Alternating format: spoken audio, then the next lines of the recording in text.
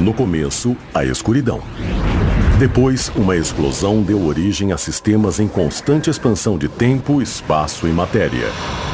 A cada dia, novas descobertas desvendam os enigmáticos e admiráveis segredos de um lugar que chamamos o Universo.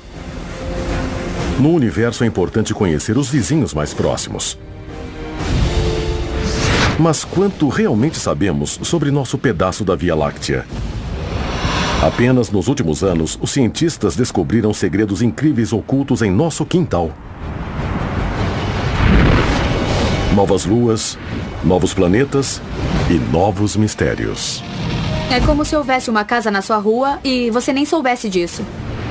Conheça os vizinhos que estão só de passagem. Existem planetas vagando pela galáxia sem rumo, sem um lugar para chamar de lar. E velhos amigos cujos dias estão contados. É possível que Betelgeuse torne-se uma supernova esta noite. Venha conosco em um passeio pelo bairro. E vamos conhecer o nosso lugar na Via Láctea.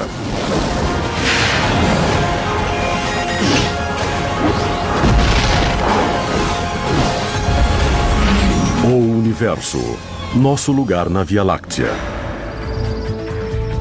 Este não é o seu bairro. Nem este. E nem este. Nem nenhum desses. E nem mesmo este. Olhando de uma perspectiva mais ampla, seu bairro é uma grande nuvem de gás. Os astrônomos dizem que o sistema solar está se movendo pela nuvem interestelar local, também chamada de fluff local, por causa de sua baixa densidade e forma irregular. Os gases são principalmente hidrogênio e um pouco de hélio. Existem alguns traços de átomos mais pesados, como carbono, oxigênio e nitrogênio, que estão só flutuando ao redor do meio interestelar. Sabemos que os átomos mais pesados no meio interestelar são sobras de explosões anteriores de estrelas como supernovas. A nuvem local tem 30 anos-luz de comprimento, cerca de 280 trilhões de quilômetros. Ela está no interior de uma nuvem de gás maior em forma de chaminé chamada de bolha local, que também veio de uma supernova. A bolha tem 300 anos-luz de comprimento e fica na borda interior de um dos braços da espiral da Via Láctea. Esse é o nosso bairro. Ao menos pensamos que é. Nossa posição exata na Via Láctea em relação aos braços não é conhecida. A estrutura da galáxia não é conhecida em nenhum detalhe. Algumas pessoas acham que são 2 grandes braços, outras pensam que são 4 grandes braços. É difícil determinar a estrutura exata da Via Láctea, onde todos os braços estão. Porque se parece um pouco como um rato em um labirinto. Não temos uma visão do todo. Em quase todos os bairros da Terra você pode determinar sua localização exata. A 9 metros, vire à esquerda.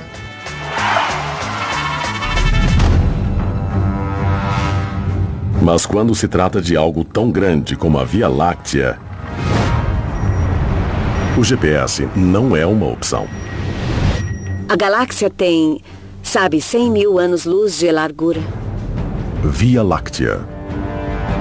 Até explorar nosso bairro próximo envolve muita incerteza. Mas se tivéssemos um sistema de posicionamento galáctico, ele provavelmente nos colocaria a meio caminho entre o alto e o fundo da Via Láctea. E no meio entre a borda externa da galáxia e seu núcleo central. O nosso sistema solar está a cerca de 26 mil anos-luz do centro da nossa galáxia. Segundo uma hipótese, temos uma posição muito exclusiva. Existe a ideia de que apenas as estrelas em uma certa gama de distâncias do centro da galáxia estão na chamada Zona Galáctica Habitável. Ou seja, pode existir vida nos planetas que rodeiam essas estrelas. Esse é exatamente o lugar certo, com uma estrela na temperatura certa e um planeta na distância certa, para haver muita água em estado líquido na superfície, onde a química da vida começou e evoluiu até nós.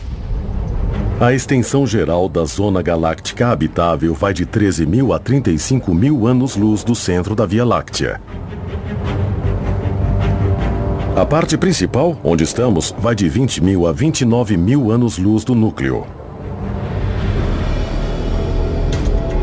Dentro dessa zona, bairros antigos foram destruídos para abrir espaço ao que chamamos de lar. Dependendo de como se olhe para as coisas, nosso bairro local, o nosso sistema solar, é realmente um lugar relativamente seguro em comparação com o que parece acontecer. Se olharmos o universo mais amplo, em sua história recente, o nosso sistema solar foi um local muito mais violento. E o material que formou o Sol e os planetas ainda estava se ajustando. Havia todo tipo de colisões e eventos violentos ocorrendo. E isso deu origem a este local agradável, calmo, relativamente calmo que temos hoje. Pensamos que as primeiras estrelas formaram-se com hidrogênio e hélio apenas, mas que, com o tempo, as estrelas funcionam como processadores que criam os elementos mais pesados. Isso é importante porque quando essas estrelas finalmente morrem e explodem, essas supernovas ou explosões de mortes estelares semeiam a galáxia e o material circundante com elementos mais pesados. Por exemplo, o carbono em nossas células, o oxigênio que respiramos, o cálcio em nossos ossos, o ferro em nossas células sanguíneas, todos são elementos pesados. Sabemos que o Sol é pelo menos uma estrela de segunda ou terceira geração porque existem planetas em torno dele, existem ferro e carbono e outros elementos mais pesados. Mas os processos que criaram a vida na Terra não parecem existir fora dessa zona. Perto da borda da galáxia, poucas estrelas explodiram, produzindo poucos elementos pesados. Mas para o exterior da galáxia não existem mais átomos de carbono, nitrogênio, oxigênio, os átomos que são tão importantes para a química da vida. Assim, a zona habitável da galáxia termina em um ponto em que não se tem os átomos mais pesados para criar a vida. Se a parte externa da galáxia é um bairro ruim, a área central é ainda pior. A gravidade dos planetas gasosos gigantescos pode nos destruir. E existem outros perigos quando nos aproximamos do núcleo da galáxia. Na época de Copérnico, pensávamos que éramos o centro do universo. E mesmo quando passamos a saber mais sobre os céus, ainda pensávamos estar no centro da galáxia. Agora que sabemos ainda mais, nós vemos que temos mesmo sorte por não estar no centro. No centro da Via Láctea, sugando matéria e até luz, está a estrela A de Sagitário. Um buraco negro de quase 22 milhões de quilômetros de largura, com uma massa 3,7 milhões de vezes maior que a do Sol. Se o centro da galáxia tiver um buraco negro, ele emitirá muita radiação, o bastante para matar a vida que conhecemos. Então, não dá para chegar perto. Aí existem outras regiões na galáxia que também não são provavelmente muito boas para a vida, porque existe muita radiação das estrelas tipo O próximas. As estrelas tipo O são gigantes, mais quentes que o Sol, com 10 a 50 vezes mais massa e que emitem imensas quantidades de radiação ultravioleta. Perto dessas estrelas, não nos preocupamos com queimaduras, mas com a extinção. Provavelmente, não é fácil sobreviver em um ambiente em que se esteja perto de muitas estrelas tipo O. As estrelas tipo O podem destruir planetas ainda em formação. A radiação dessas estrelas é tão forte que, na verdade, varre o material dos novos sistemas planetários que ainda estão em formação. E os tira da órbita de suas estrelas. Se você quer ver provas, olhe para a nebulosa Rosetta. Ela está a 5.200 anos-luz, muito longe da bolha local, mas demonstra o que as gigantes tipo O poderiam fazer ao nosso bairro. Um estudo de 2008 feito pela Universidade do Arizona com 200 estrelas da nebulosa descobriu que uma estrela depois da outra havia se tornado estéril por estar perto demais de uma gigante azul. Então, qual é a distância segura da radiação de uma gigante de tipo O? Bom, na minha opinião, nunca se está longe demais de uma gigante. Os seres vivos aqui na Terra estão acostumados com um sol bem suave. Seria preciso estar no mínimo a dezenas de anos-luz. Talvez mais do que isso. Realmente não chegue perto demais. Como uma cidade entre um deserto e um oceano, nosso ponto da galáxia prospera entre duas regiões inóspitas. Com os elementos da vida e sem a ameaça da radiação intensa, parece que nosso bairro é literalmente o único lugar para se viver. Via Láctea. Será que nosso lugar na Via Láctea é realmente tão exclusivo? A ideia da zona habitável galáctica é que se você ficar perto demais do centro da galáxia, haverá muitas coisas loucas acontecendo e isso tende a matar a vida. Para ser sincero, eu sou cético quanto a essa ideia porque eu acho que a vida pode acontecer em qualquer ambiente, ou pelo menos não sabemos. Então, devemos ter a mente aberta. É possível que nosso tipo de vida só possa viver nessa zona habitável galáctica, mas em outros lugares pode haver outros tipos de vida que chamaríamos de extremófilos. Porém, eles também nos chamariam de extremófilos. Uma coisa é certa. Em nosso bairro temos um sol que, ao contrário de uma gigante azul, nos protege do perigo e da destruição. De formas que ainda estamos descobrindo. Essa proteção pode ser invisível. Mas se perdêssemos a proteção do sol, nosso bairro estaria condenado. Nosso lugar na Via Láctea parece bem calmo. Porque, como muitos condomínios, não pensamos muito nos sistemas de segurança que mantêm o perigo afastado.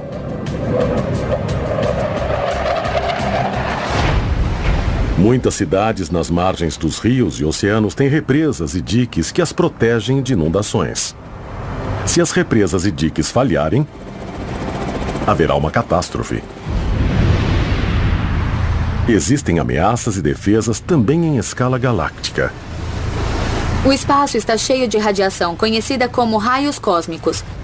Eles são ruins para nós do mesmo modo que a radiação nuclear aqui na Terra seria ruim para nós. A radiação de alta energia tende a dissociar os vínculos de carbono, que é o que nos forma.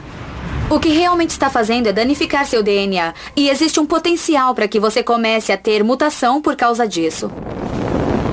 Algumas mutações podem ajudar uma espécie a sobreviver ou podem causar extinção. Não há evidências de que a radiação cósmica tenha realmente afetado a Terra no passado, mas isso não é uma coisa com que se deva brincar. A principal defesa de nosso bairro contra os raios cósmicos é o magnetismo. Temos uma zona de proteção em nosso bairro. É claro que a Terra tem um campo magnético devido ao modo como as coisas se movem ao redor do núcleo da Terra. O Sol também tem um campo magnético poderoso e tem também o vento solar. Esses fenômenos nos protegem das coisas perigosas que vêm de fora do sistema solar.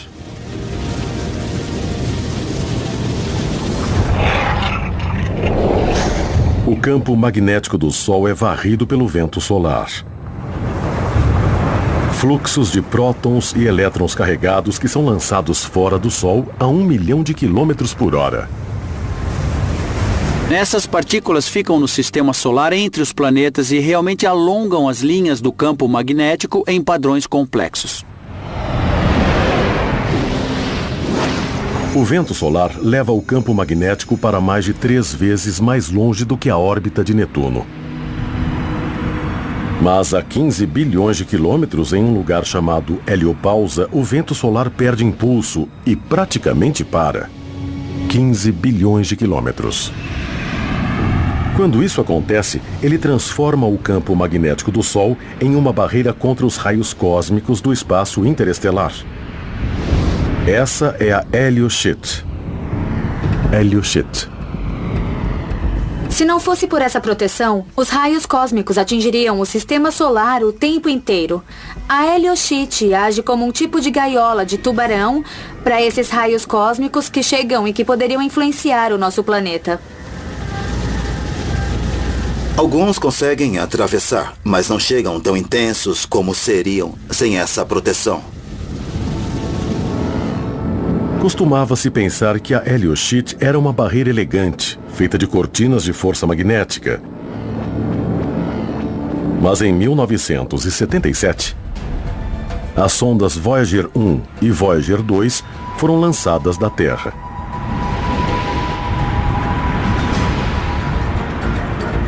No início do século XXI, esses aparelhos enviaram informações indicando que as linhas de força magnética do Sol não fluem suavemente. Elas se rompem e se reagrupam em uma espuma magnética agitada. E cada bolha dessa espuma tem 160 milhões de quilômetros de largura.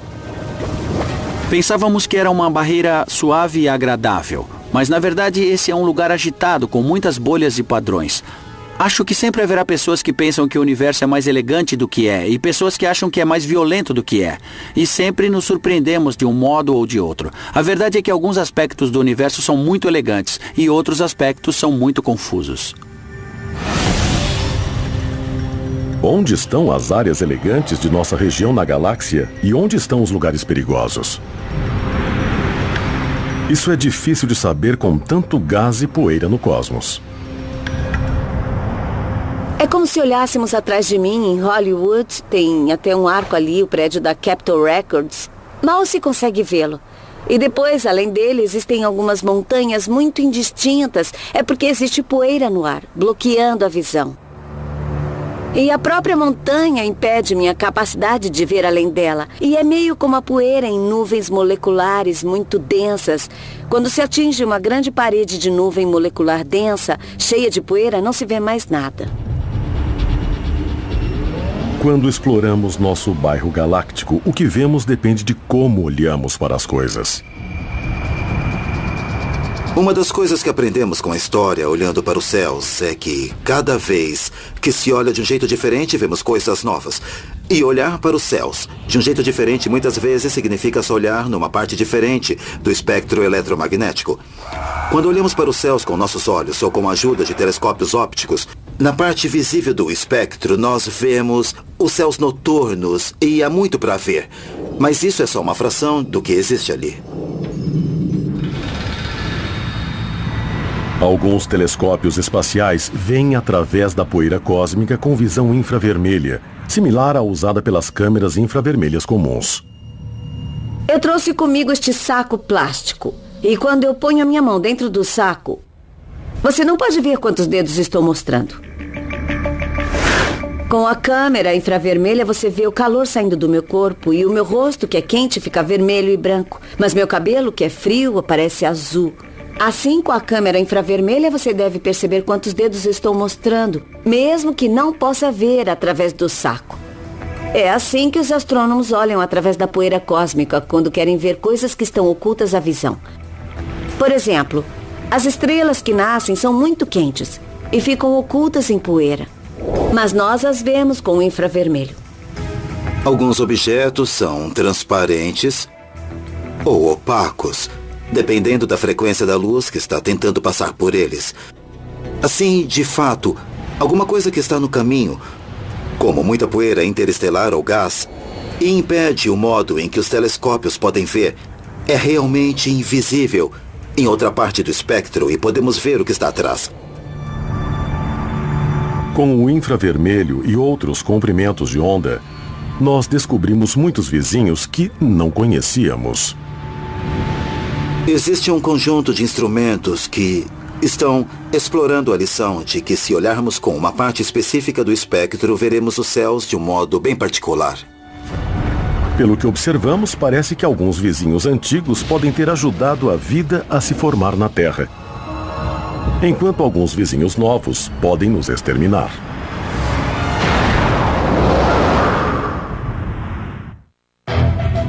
Via Láctea. Ao explorarmos nosso lugar na Via Láctea, conhecemos muitos vizinhos interessantes. Mas existem bons e maus vizinhos. Os bons vizinhos são, por exemplo, os objetos que estão em órbitas previsíveis, movendo-se nela, cuidando da própria vida, ocupados com seus negócios. Podemos olhar e acenar para eles, mas não vão fazer uma coisa súbita nem perigosa para nós. Os maus vizinhos, então, são as coisas que podem fazer uma coisa instável. Elas podem fazer algo que nos afete, no modo que não podemos prever quando vai acontecer. Isso poderia ser uma estrela que morre e explode. Ou poderia ser uma coisa que colide e empurra outro objeto que vem girando na nossa direção. Então, quando classificamos os objetos em bons vizinhos e maus vizinhos, essa é uma classificação de previsibilidade e imprevisibilidade. Ou violência e não violência, se preferir. Algumas vezes, um bom vizinho traz um presente inesperado. Isso pode ter acontecido conosco bilhões de anos atrás, quando a Terra ainda estava esfriando e se formando com material reciclado de um Sol reciclado. Podemos ter recebido um presente que mudou tudo.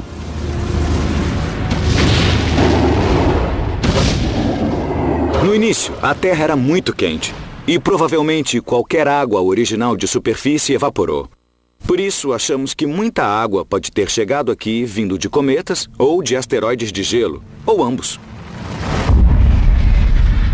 Uma das teorias sobre como podemos ter tanta água aqui na Terra diz que foi de corpos gelados no sistema solar exterior, sobras da formação do Sol e dos planetas, que colidiram em nosso sistema solar interior, onde fica a Terra, e deixaram parte da água. Segundo uma teoria recente, cerca de 4 milhões de anos atrás, a gravidade dos gigantes gasosos, como Júpiter, lançou os asteroides de gelo sobre Marte, Terra e Vênus. Mas só na Terra o gelo penetrou no manto.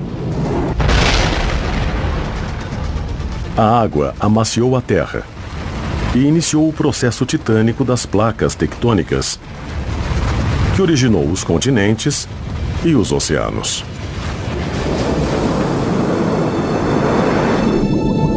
E como a vida se formou nos oceanos? Será que os compostos orgânicos necessários à vida também vieram do espaço? Os cientistas encontraram compostos orgânicos como os que formaram a vida na Terra em meteoritos raros, chamados condritos carbonáceos. Esses compostos são similares aos que foram coletados em várias fontes, como micrometeoritos na Antártica, poeira interestelar e amostras de poeira obtida pela NASA em 2005. A origem da vida envolve uma longa série de reações com muitas moléculas orgânicas diferentes. As moléculas orgânicas são as que têm carbono, e é possível que sejam necessárias circunstâncias diferentes para criar as diferentes moléculas orgânicas. Algumas podem ter surgido aqui na Terra, mas outras bem poderiam ter surgido no espaço, e depois vieram para a Terra em asteroides ou cometas. É possível que sem os presentes extraterrestres de nossos vizinhos espaciais, a vida nunca tivesse surgido na Terra. Os vizinhos da Via Láctea podem ter nos ajudado a nascer, mas a Via Láctea também tem coisas que podem nos matar, como, por exemplo, um anão laranja chamado Gliese 710. Ele tem 60% da massa do Sol. Atualmente está a apenas 63 anos-luz da Terra e está se aproximando. Gliese 710 parece estar vindo direto para o nosso sistema solar. Quando um anão laranja se aproxima do sistema solar, ele fica mais e mais importante. Quando está a 1 ano-luz ou menos, ele se torna muito importante. A quase exatamente 1 ano-luz da Terra, existe uma enorme região de objetos gelados chamada nuvem Oort. Os objetos da nuvem Oort podem eventualmente se tornar cometas se estiverem perto bastante do Sol, mas geralmente não os vemos porque estão muito distantes do Sol. Bilhões de cometas em potencial esperam que algo lhes dê um empurrão gravitacional. Algo como o Gliese 710. Ele vai começar a cruzar a nuvem Oort, ou pelo menos a perturbá-la pela gravidade, em cerca de 1,3 milhões de anos. Se o Gliese 710 chegar perto, Sua gravidade pode transformar pedaços de gelo inofensivos e poeira em cometas violentamente lançados contra nós. O resultado pode ser devastador para a Terra. Nesse ponto, poderia haver uma grande invasão de cometas no sistema solar interior, e isso poderia causar outra extinção em massa. Nós não sabemos, mas poderia ser assim.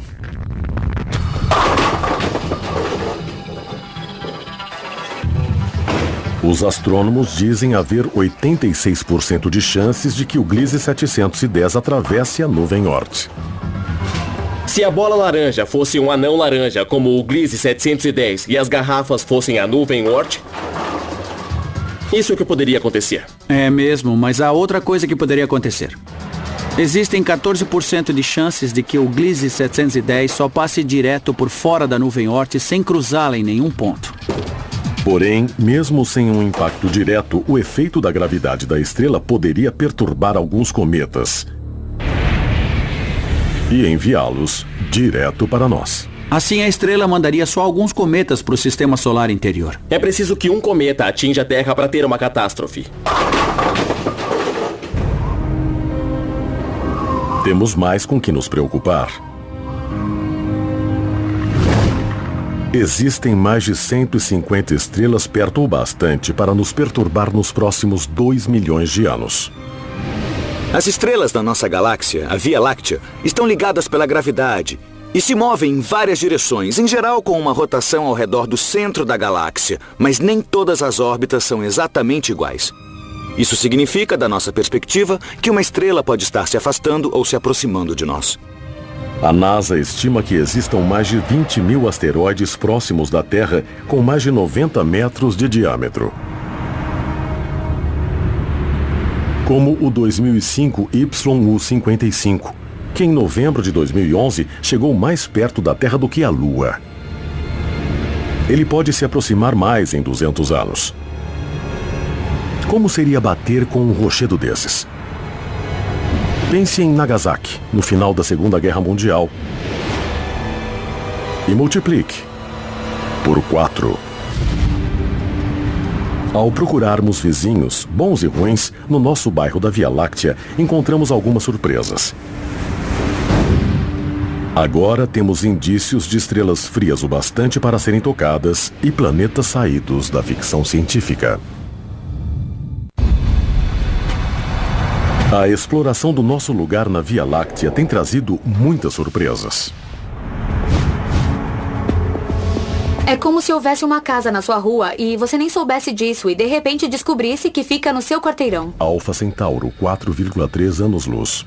Veja Alfa Centauro, a estrela mais brilhante na constelação Centauro, e depois do Sol, nossa vizinha estrela mais próxima, a 4,3 anos-luz, ou 40 trilhões de quilômetros de distância.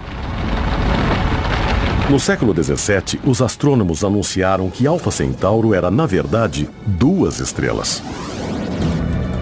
Então, no século XX, descobrimos que é um sistema triplo. Alfa Centauro A é uma estrela como o Sol, quase exatamente com a mesma massa que o Sol. Alfa Centauro B tem um pouco menos de massa. A terceira estrela próxima do Centauro é uma estrela de tipo M. É uma estrela com pouca massa, talvez apenas 12% da massa do nosso Sol. É tão pequena que não é possível vê-la a olho nu. Porém, outras estrelas vizinhas também são sistemas múltiplos. Sírio, a 8,6 anos-luz, é famosa há milhares de anos como a estrela mais brilhante dos céus. Mas, na verdade, é uma estrela binária. A maioria das estrelas tem menos massa e é menor do que o nosso Sol, e a maioria delas é um sistema binário. Nesses 2 aspectos, o nosso Sol é uma notável exceção. Quase todas as estrelas são anões vermelhos ou anões marrons. Os anões vermelhos são 70% das estrelas, não só em nossa galáxia, mas no universo. Assim, como nós orbitamos o nosso Sol, tendemos a pensar nele como uma estrela icônica. No entanto, os anões vermelhos são muito mais comuns. Quanto aos anões marrons, não tínhamos certeza desses vizinhos até os anos 1990. Eles não são bem estrelas, mas não são planetas. E também não são marrons. Os anões marrons são alguns dos habitantes mais misteriosos do nosso bairro, porque são realmente muito frios e muito escuros. Isso significa que não emitem luz e são difíceis de enxergar. Em 2011, um dos telescópios espaciais da NASA, o Explorador de Campo Amplo em Infravermelho, ou WISE, achou uma série de anões marrons no nosso bairro, entre 9 e 40 anos-luz de distância, com temperaturas de superfície antes consideradas impossíveis. Um desses anões marrons que encontramos é mesmo tão frio que seria possível tocá-lo com a mão. São apenas 26 graus centígrados, a mesma temperatura de um dia muito agradável aqui na Terra. Assim, quem sabe o que vamos encontrar? Quanto mais olhamos, mais vemos. Por que existem estrelas de tantas cores? Foi essa pergunta que Anna Kay, de Baton Rouge, Louisiana, fez a Pergunte ao Universo. Pergunte ao Universo.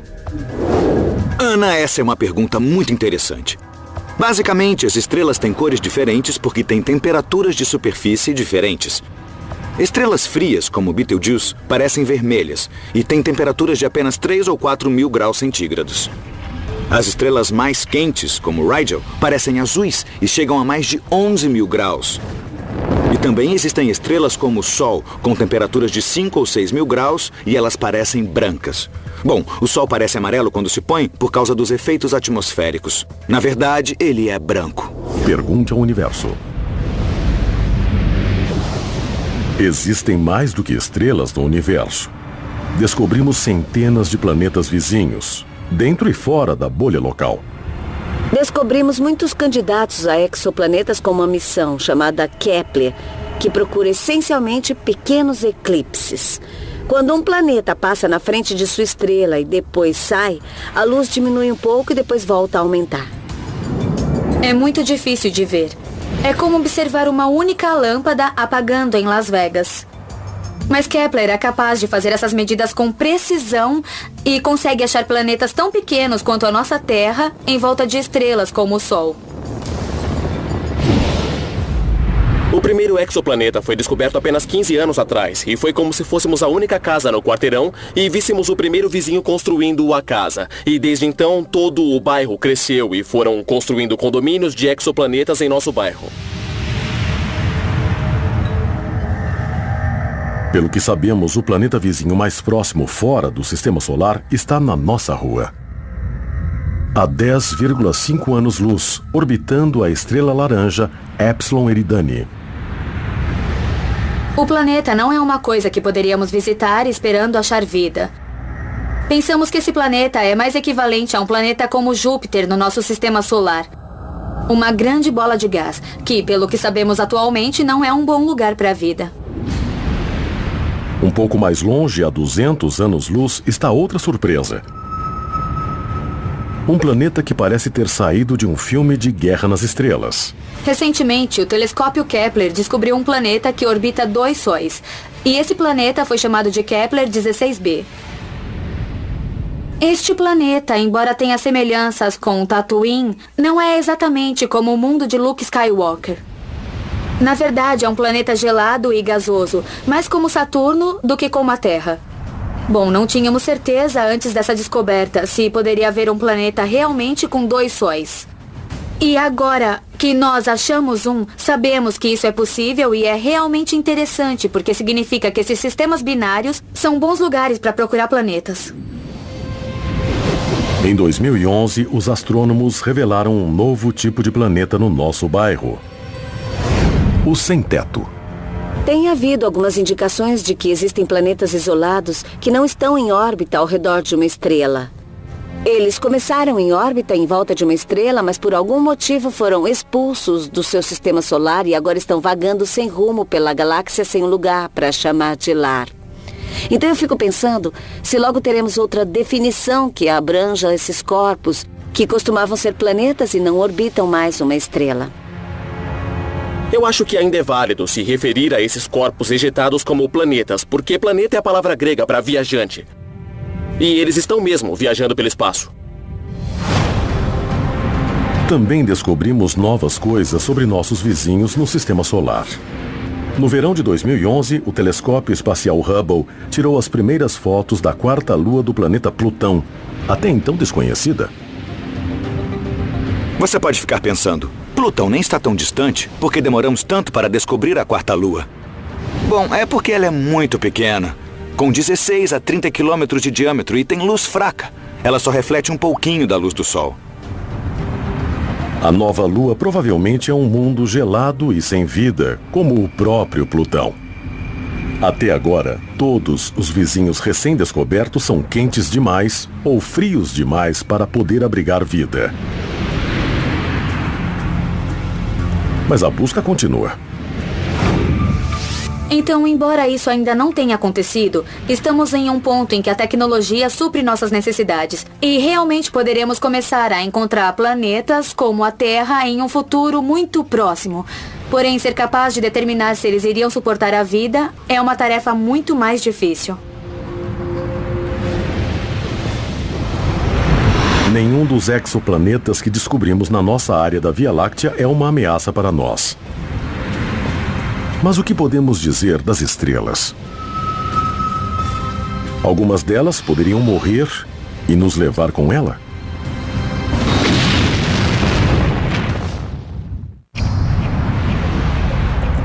Nosso lugar na Via Láctea tem muitas vantagens. Estamos bem na zona para a formação da vida. O nosso Sol nos protege dos perigosos raios cósmicos. E a maioria dos nossos vizinhos não nos perturba. Mas os vizinhos podem mudar. Se um incêndio destrói uma casa ou uma empresa próxima, sua casa também pode ser atingida. Então, imagine o que poderia acontecer quando uma estrela fecha as portas, como uma supernova. Isso significa que elas explodem e jogam todo o seu interior de volta para a galáxia. As explosões de estrelas criaram a vida, a maioria dos elementos pesados nas estrelas que vemos e as nuvens de gás em que o sistema solar se situa. Mas não é nada bom estar muito perto quando uma estrela explode e morre. A explosão de uma supernova é incrivelmente poderosa. O centro da estrela se desloca e colide com as camadas externas, lançando-as para a galáxia. Então o que acontece é que o material é lançado longe com uma onda de choque que pode ser destrutiva se você estiver muito perto dela. Se estiver a uns 10 anos-luz, então a alta radiação de energia, como os raios-X e os raios gama, pode nos afetar. Eles podem, por exemplo, destruir parte da camada de ozônio. O que acontece é que a radiação chega e perturba as moléculas de nitrogênio. Os átomos de nitrogênio, então, se combinam com um oxigênio para formar óxido nítrico. Esse óxido nítrico, NO, perturba as moléculas de ozônio, O3, e forma dióxido de nitrogênio, NO2. Aí, o dióxido de nitrogênio se combina com átomos de oxigênio, formando mais óxido nítrico, que então perturba mais ozônio, causando um efeito de bola de neve. Assim, em poucas semanas, pode-se destruir muita camada de ozônio, o que permite que a radiação ultravioleta do Sol penetre. E isso iria matar a vida nas camadas superficiais dos oceanos e lagos. Essas mortes incluiriam os fitoplânctons, que são a base da cadeia alimentar marinha e fornecem 50% do oxigênio da Terra. Isso condenaria à morte a maioria das grandes formas de vida, inclusive nós.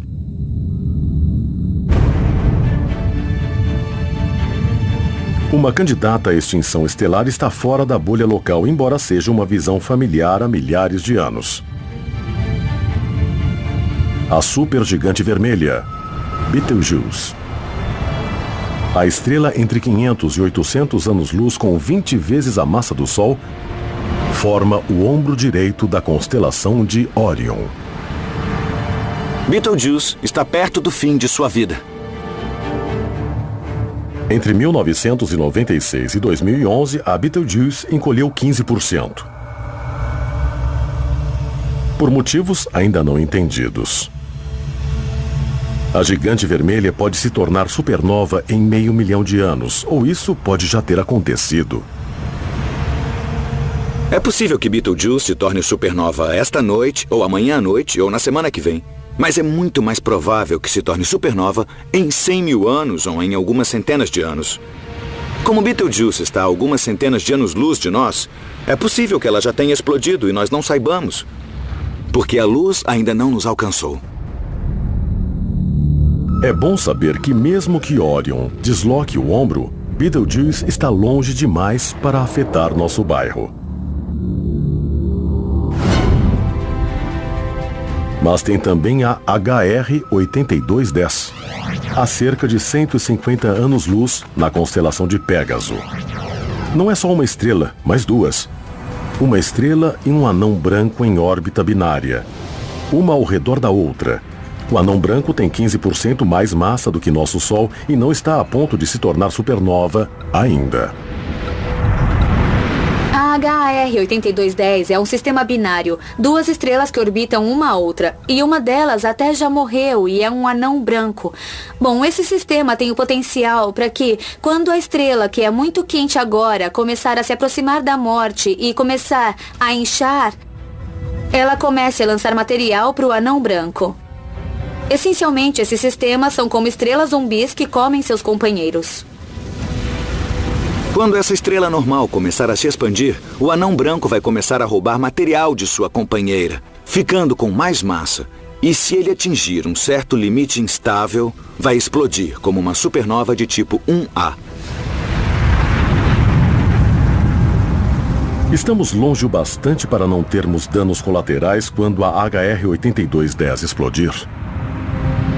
Se quiser estar completamente seguro com uma supernova, você deve ficar pelo menos a 100 anos-luz. 10 anos-luz poderiam ser suficientes, mas talvez não. Depende de qual efeito o atingir primeiro.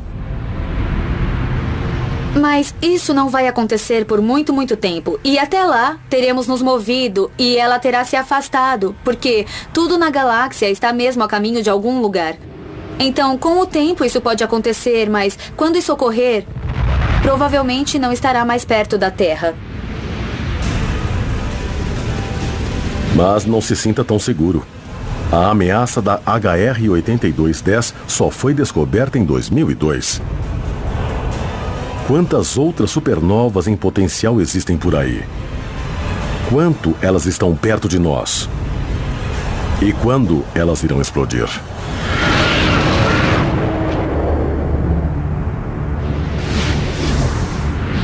Para piorar um pouco mais as coisas, alguns astrônomos dizem que existem muitas supernovas no futuro de nosso bairro.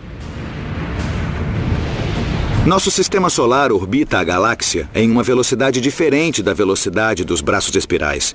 Isso significa que em algum momento vamos entrar em um braço espiral. E como existem mais estrelas massivas ali, algumas delas estarão no final da vida, criando supernovas e ameaçando a vida na Terra. Porém, nosso lugar na Via Láctea está seguro esta noite, e pelo menos por alguns milhões de noites no futuro. Tempo bastante para mais explorações. E mais surpresas. Vivemos num bairro muito diversificado, e as coisas estão mudando. A galáxia não é um lugar estático, será um lugar interessante de ver daqui a 1 bilhão de anos.